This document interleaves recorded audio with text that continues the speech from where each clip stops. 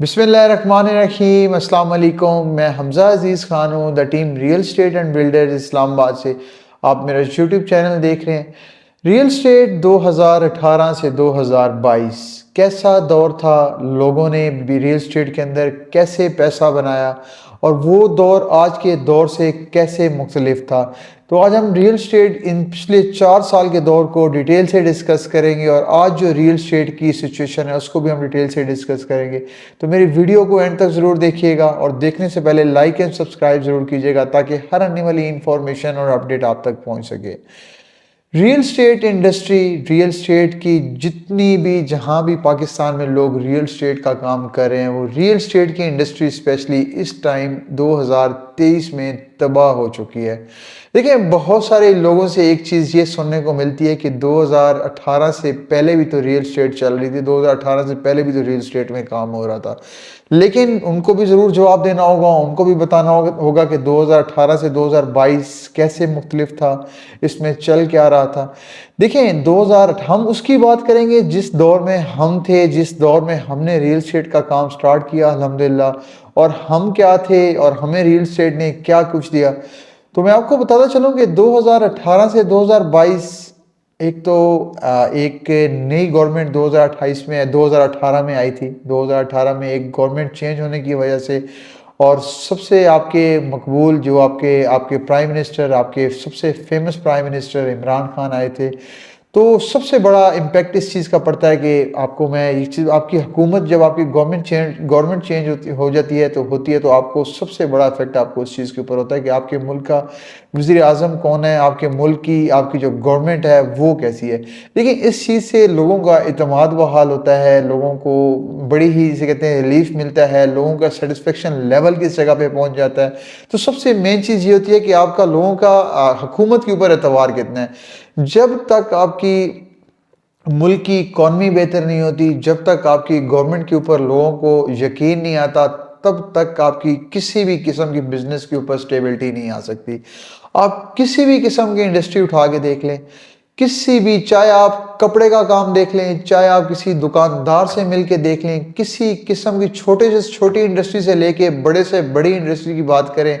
2018 سے 2022 تک بڑے ہی خوشگوار تھے، بڑے ہی جسے کہتے ہیں خوشگوار موڈ میں لگ رہے تھے، اور بڑی خوشحالی تھی اس ٹائم۔ بڑی خوشحالی اس لحاظ سے تھی کہ آپ کی گروتھ جو ہے، گروتھ کس لیول پہ جا رہی تھی، آپ کے ملک کی جو اکنامک گروتھ جو ہوتی ہے کتنے پرسنٹ پہ جا رہی تھی، اور آج آپ دیکھیں کہ ہم کس پرسنٹ پہ گر چکے ہیں۔ تو آپ سوچ سکتے ہیں کہ اس پرسنٹ جتنی ہماری گروتھ اس ٹائم تک گر چکی ہے، آپ سوچ سکتے ہیں کہ ہماری ریئل اسٹیٹ یا ہماری کسی بھی قسم کی، جب آپ کے ملک کے پاس پیسہ ہی نہیں ہے، آپ کے ملک کے پاس کسی قسم کے، آپ کے دیکھیں، میں کل سن رہا تھا کہ آپ کے کم از کم 5 ارب ڈالر کے کنٹینرز کھڑے ہوئے ہیں آپ کے کراچی میں، آپ کے جو جس جگہ پہ آپ کی بندرگاہ کے اوپر۔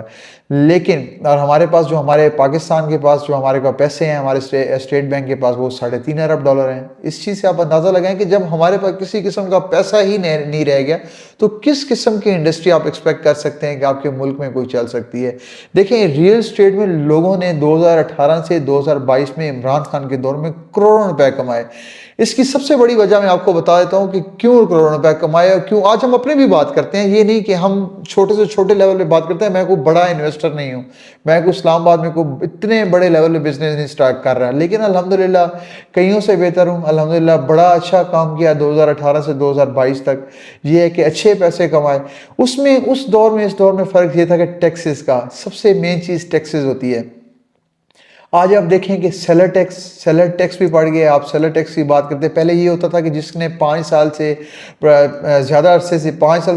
سے آپ پراپرٹی رکھی ہوئی ہے، اس کو سیلر ٹیکس معاف ہوتا تھا، وہ نہیں دیتا تھا۔ لیکن آج آپ کسی بھی ادارے میں چلے جائیں، آپ ٹی ایم اے کی بات کریں، آپ کنٹونمنٹ بورڈ کی بات کرتے ہیں، آپ کسی بھی کچہری کے ادارے کی بات کرتے ہیں، جب آپ اپنی چیز سیل کرتے ہیں آپ کو سیلر ٹیکس بھی دینا پڑتا ہے، چاہے آپ نے پچھلے 50 سال سے زمین کیوں نہیں رکھی ہوئی۔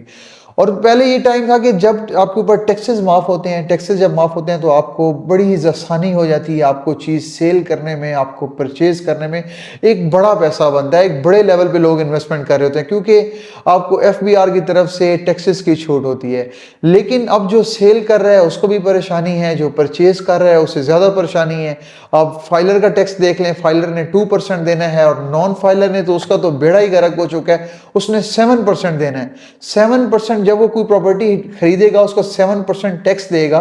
تو کس جگہ پہ اس پراپرٹی کی جا کے بات بنے گی۔ اور دوسری بات یہ ہے کہ ہمارے اوورسیز پاکستانیز کا بہت بڑا کردار ہوتا ہے۔ آپ کی اسپیشلی ریل اسٹیٹ کی انویسٹمنٹ کی بات کروں تو ریل اسٹیٹ کی انویسٹمنٹ میں جتنا اوورسیز پاکستانیز کا کردار ہوتا ہے اتنا پاکستان میں لوگوں کا کردار نہیں ہوتا۔ اربوں روپے کی انویسٹمنٹ کی جاتی ہے ریل اسٹیٹ کی اوورسیز پاکستانیز کی طرف سے۔ اوورسیز پاکستانیز بہت سے اوورسیز پاکستانیز کے ساتھ الحمدللہ میں جڑا ہوں، جن کے ساتھ میں کام کر رہا ہوں، پچھلے عرصے سے کام کرتا آ رہا ہوں، لیکن سب سے جو اس چیز کو وہ مس کر رہے ہیں ایک اعتماد، ان کو سب سے بڑی بے یقینی کی صورتحال میں بالکل اس گورنمنٹ کے اوپر وہ یقین کرنے کو تیار نہیں ہے۔ بالکل وہ کہتے ہیں کہ جب تک نئے الیکشنز نہیں آ جاتے، اوورسیز پاکستانی سب سے بڑی بات یہ میں آپ کو بتاؤں تو وہ آپ کے عمران خان کے بہت زیادہ فین ہیں۔ یہ نہیں کہ صرف وہ فین ہیں، ہم بھی فین ہیں الحمدللہ، ہمارے لیڈر بھی وہی ہیں۔ تو عمران خان اب وہ کہتے ہیں کہ اب وہ ٹائم ہمیں 2018 سے 2022 والا دوبارہ ٹائم چاہیے۔ وہ کہتے ہیں جب ٹھیک ہے عمران خان کی بات کو اگر رہنے بھی دیجیے، لیکن وہ کہتے ہیں کہ ایک ملک میں آپ کی سٹیبلٹی آنی چاہیے، چاہے وہ سیاسی لیول پہ ہو، چاہے وہ اکانومی سچویشن ہو، کسی بھی لیول پہ سٹیبلٹی جب تک نہیں آئے گی تب تک ہم انویسٹمنٹ کرنے کو تیار نہیں ہیں۔ جب تک اوورسیز، اور بہت سے اوورسیز پاکستانیز ہیں جنہوں نے اپنی انویسٹمنٹ نکال لی ہوئی ہے، وہ کہتے ہیں کہ ہم بالکل انویسٹمنٹ کرنے کو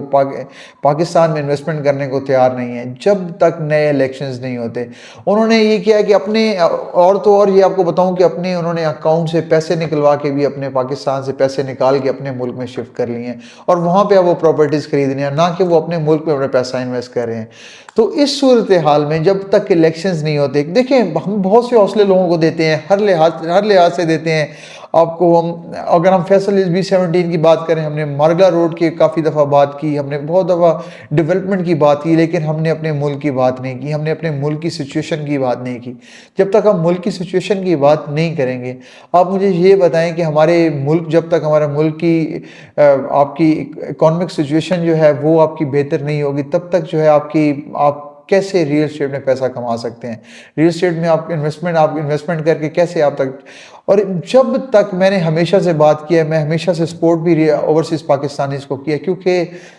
ہم نے بھی پیسہ کمایا ہے، انہوں نے بھی پیسہ کمایا ہے، لیکن میکسیمم اوورسیز پاکستانیز ہوتے ہیں۔ اب اوورسیز پاکستانیز کا پیسہ رک گیا، اوورسیز پاکستانیز نے اپنا پیسہ سارا مارکیٹ سے نکال لیا،